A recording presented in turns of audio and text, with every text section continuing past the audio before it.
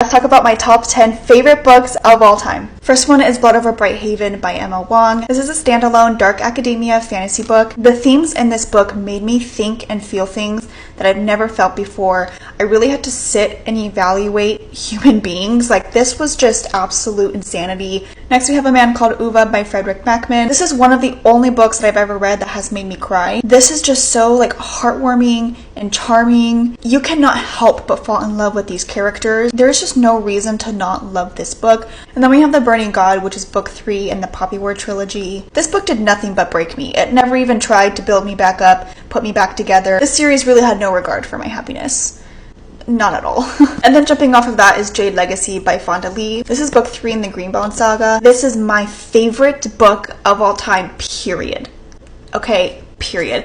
The character work in this series is unlike anything you will ever see in your lifetime. The Greenbone saga spans over decades of these characters' lives, so you really see how they evolve and they develop. The world, the politics, the magic, the martial arts, the family dynamics, the gang wars, just everything about this is perfectly executed. And we have the Shatter Me series by Tahira Mafi. I think book 3, Ignite Me, is my favorite in the whole entire series. I literally do not care how basic it is of me to love this series. I love it so much. Aaron Warner is one of my favorite main characters of all time. It is really hard to top that man, okay? And then we have The Sword of Kaigen by Emma Wong. This is a Japanese military-inspired fantasy with Avatar: The Last Airbender type of magic system. This is a standalone fantasy book, but the way that this completely shattered my soul is just insane for a standalone. Female main character is one of my favorite female main characters of all time. If you are a fan of Avatar and Shogun,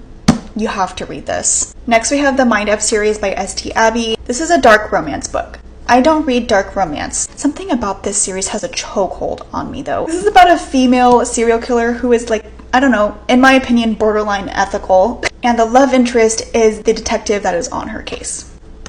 Okay, and then we have The Serpent and the Wings of Night by Chris Broadbent. It has everything I have ever wanted in a romantasy book. If you are an ACOTAR, Throne of Glass, and girly, you have to read this series. Next, we have The Fury of the Gods by John Gwynne. This is book 3 in the Bloodsworn series. The character development, the battles, the fighting, the gods, the coolest characters ever. And then last, we have The Will of the Many by James Islington. This is the first book in a series. The rest of the books are not out. We don't know when they're coming out. I am getting very, very impatient.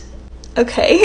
This is a dark academia fantasy book. Not gonna lie, it does start out a little bit slow. It is pretty long, but I'm telling you, it is all worth it. Everything comes together at the end, and then your mind is just a big ol' explosion. The cliffhanger that this man left us on, and there's